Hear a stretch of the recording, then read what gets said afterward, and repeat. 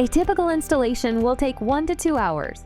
During this phase, we will bring the network fiber from the street to your home so that we can connect you to high-speed fiber internet. We will lay a temporary cable on top of the ground to the side of your home using the most efficient path possible.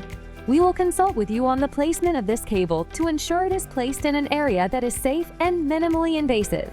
We will return after the in-home installation to permanently bury the cable.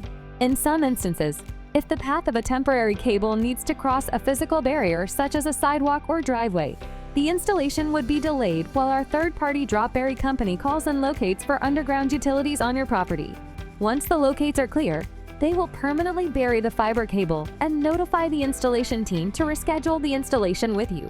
If this method is used, there will be no need to return after the installation to permanently bury the cable.